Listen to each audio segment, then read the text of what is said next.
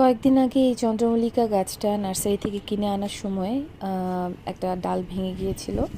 তো আমি সেই ডালটাকে এইভাবে 3টা টুকরা করে মাটিতে লাগিয়েছিলাম ডালগুলো, যাতে শিকড় গজিয়ে চারা করতে পারি।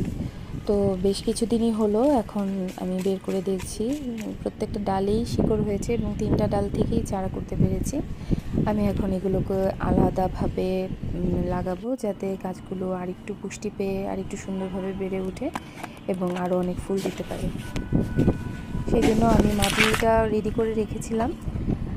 এখানে আমি কিছু সার যেটা আর কি দরকার, খুব বেশি পরিমাণে দিইনি। একটু গোবর মেশানো ছিল, একটু ভার্মি কম্পোস্ট দিয়েছি।